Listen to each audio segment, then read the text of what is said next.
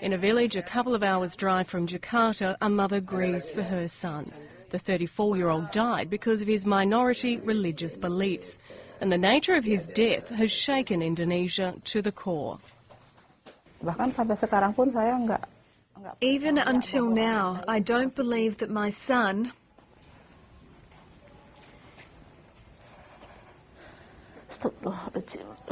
I can't express this.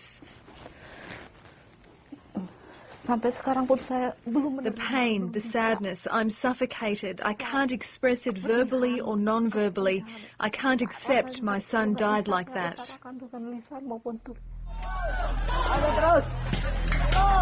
Her son was one of 3 to lose his life at the hands of religious zealots.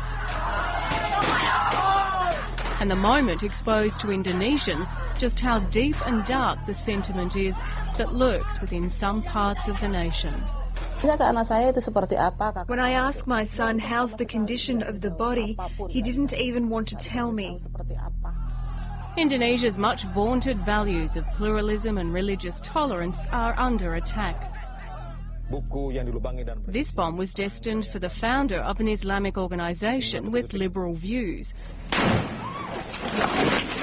2 other similar bombs that didn't explode were sent to a youth organisation and a former senior anti-terrorist officer. Scenes like this are becoming all too familiar. Houses being stoned, people being intimidated, communities taking matters into their own hands over a perceived threat to their beliefs, while not concerned at all by a police presence. They are wrong. They can't do Friday prayer here. They stray from Islam. They got misled. Ahmadis are dogs. Even children know that they are wrong. The Ahmadiyya belief that an Indian Muslim from the 19th century is the Messiah puts them at odds with Indonesia's Orthodox Muslims. It's a view that most Indonesians tolerate, but these villagers say the Ahmadi are breaking an agreement not to spread their religion. This is not the first time. They fled the village, but then they come back. We respect the humanity side, but they keep hurting us. They just don't understand. Those on the receiving end of the violence fear that events could easily spiral out of control. Ya, memang. Jadi sepertinya emang ada efek domino ya. Yes, I think it's like a domino effect we have here from one incident to another, and it will go wider. We are worried that this might happen again. An attack in one place might lead to an attack in another place. With this transition to democracy, in which everybody feel that they can do anything, you know, they can express their point of view. That's on the one hand. On the other hand, it's the inability of the state to function properly. Hardline Islamists cite a government decree to defend their actions. A few years ago they called for a ban on the Ahmadiyya. The government responded with a half measure. It didn't ban the sect, but restricted it from spreading its beliefs. Recent events have emboldened the hardliners, and they're again calling for a ban. For those who say they are Islamic, but they're actually not, it's legal to spill their blood. More than 10 regional governments have now gone a step further on the decree and drawn up their own regulations. Some ban activities by Ahmadiyya that are considered to cause public disorder. Human rights groups say the rules will be used to justify violence.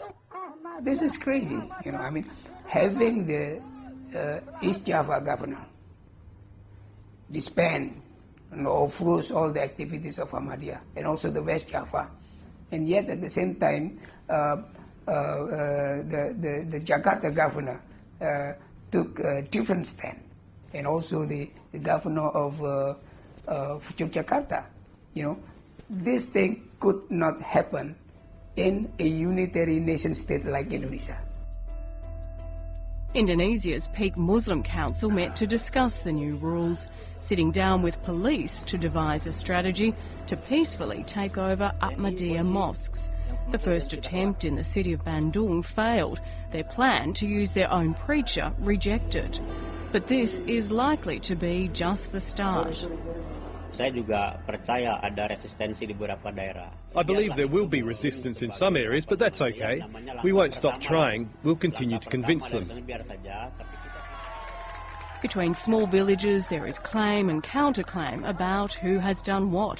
But if there is trouble, those with a minority view are often blamed for causing it because of their deviant practices.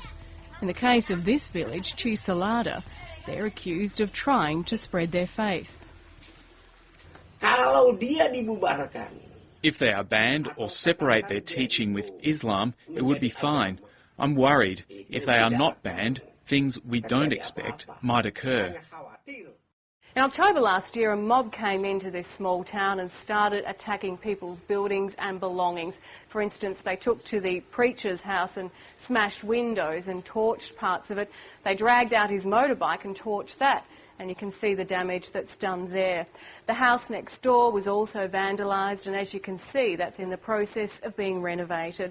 But it's these kinds of attacks that obviously leave people living in fear and saying they're not fair and simply shouldn't happen anymore.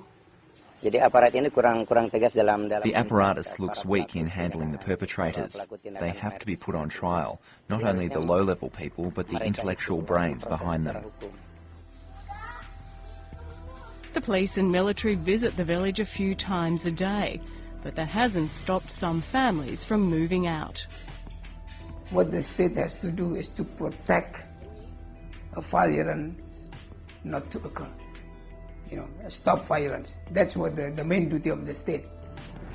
There are signs of moderation. Some local governments refuse to enact their own laws, which they say are unconstitutional and deny religious freedom.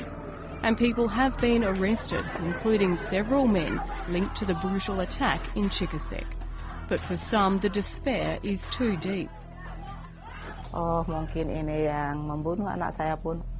I feel that there is no way they are going to punish my son's killer. Only God's power. There is no fairness in man's justice. Only God. Where Indonesia turns to now will be a test of its own people, its constitution, and a government that, for many, isn't leading the way.